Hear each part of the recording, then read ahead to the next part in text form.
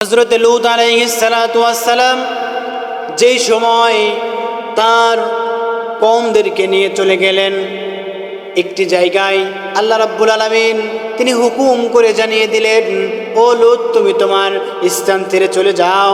সাহাবিক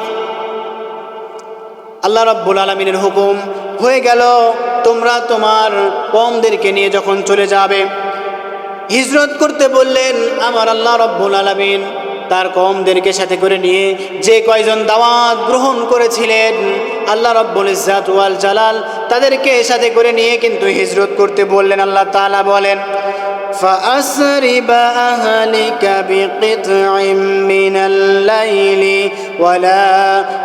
وَلَا يَلْتَفِتْ مِنكُمْ أَحَدٌ إِلَّا امْرَأَتَكَ إِنَّهُ مُصِيبُهَا مَا أَصَابَهُمْ।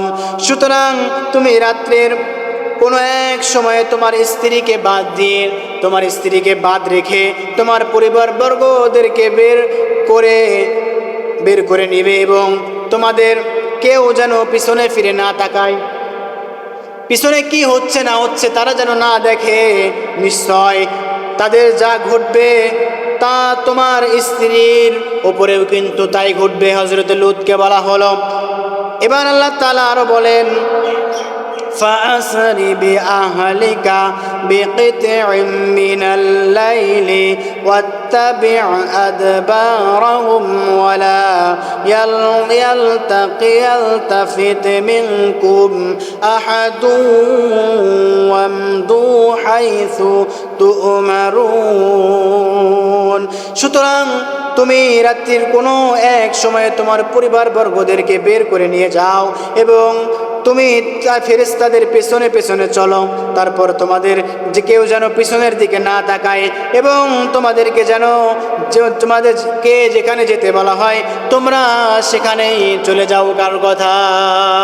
আল্লাহ রাব্বুল আলামিন বললেন, তোমরা রাত্রির শেষের অংশে বা যে কোনো একটি অংশে তোমরা হিজরত করবে, চলে যাবে এই জায়গা থেকে, কিন্তু তোমার স্ত্রীকে তুমি নিতে পারবে না।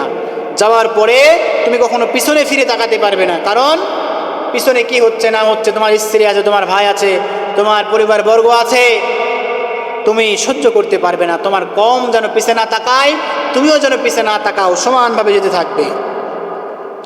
আল্লাহ রাব্বুল আলামিন হযরত লূত আলাইহিস সালাতু ওয়াস সালামকে বাঁচিয়ে দিলেন। কেমন করে বাঁচিয়ে দিলেন? আল্লাহ তাআলা বলেন, إِذْ نَجَّيْنَاهُ وَأَهْلَهُ أَجْمَعِينَ إِلَّا عَجُوزًا فِي الْغَابِرِينَ ثُمَّ دَمَّرْنَا الْآخَرِينَ। স্মরণ করো যখন আমি রক্ষা করেছিলাম তাকে ও তার পরিবারের সবাইকে। স্মরণ করো হযরত লূত আলাইহিস সালাতু ওয়াস সালামের কথা, যখন আমি আল্লাহ রাব্বুল আলামিন নিজে হাতে তাকে এবং তার কওমদেরকে রক্ষা করেছিলাম, কিন্তু এক বৃদ্ধাকে ছাড়া সে পেছনে অবস্থানকারীদের সাথে থেকে গিয়েছিল। অতঃপর আমি অন্যদেরকে সম্পূর্ণরূপে ধ্বংস করে দিয়েছিলাম। একজন বৃদ্ধা লূত আলাইহিস সালাতু ওয়াস সালামের সাথে যেতে পারে নাই।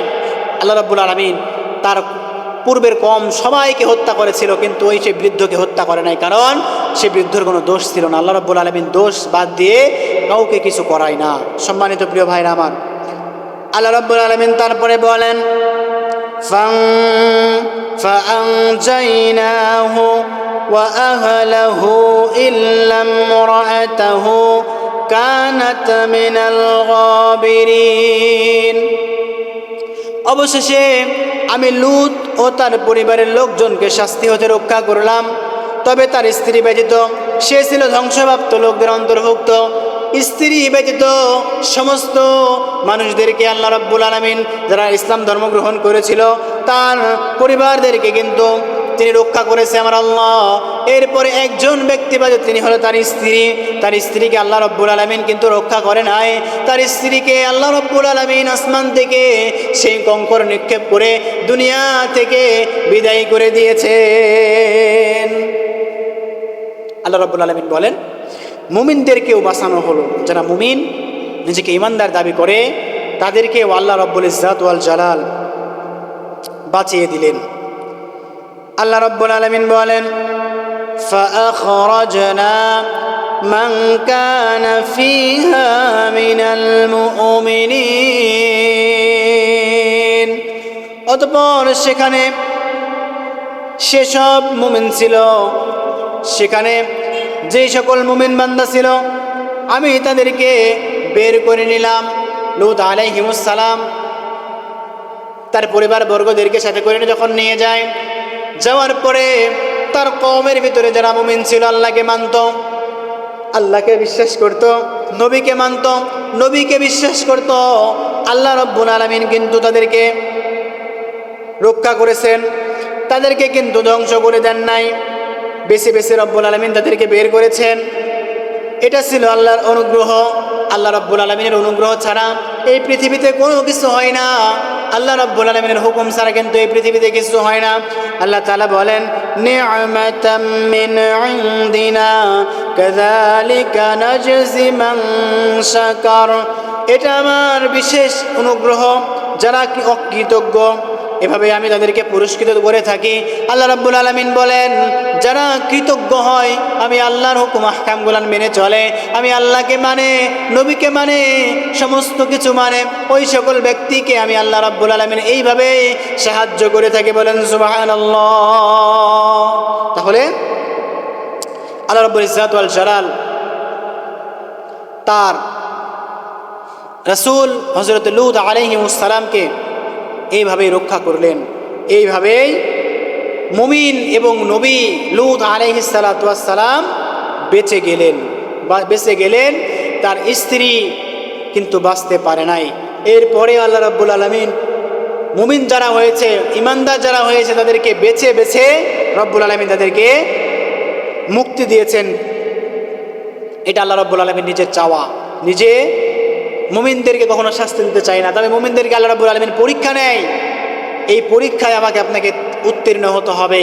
এই পরীক্ষায় আপনি যদি উত্তীর্ণ হতে পারি, তাহলেই কিন্তু আপনি সফল কাম হতে পারবো। সম্মানিত প্রিয় ভাইরা আমার, আল্লাহ রাব্বুল ইজ্জাত ওয়াল জালাল এইভাবেই নবী আলাইহিস সালাম, সাহাবায়ে আজমাইন, এই সমস্ত মানুষদেরকে আল্লাহ রাব্বুল আলামিন, ইমানদার এই সকল ব্যক্তিদেরকে রব্বুল আলামিন সাহায্য করে থাকেন এবং তাদেরকে পরীক্ষা করে থাকেন। আল্লাহ তাআলা আমাদেরকে যেই সকল পরীক্ষা নেয়, জ্বর, সর্দি, কাশি, বিপদ আপদ, মুসিবত, সমস্ত পরীক্ষায় রব্বুল আলামিন যেন আমাদেরকে প্রস্তুতি নিয়ে সমস্ত পরীক্ষায় পাস করার মতো তৌফিক রব্বুল ইজ্জাত ওয়াল জালাল যেন আমাদেরকে দান করেন। সকলে বলুন আল্লাহুম্মা।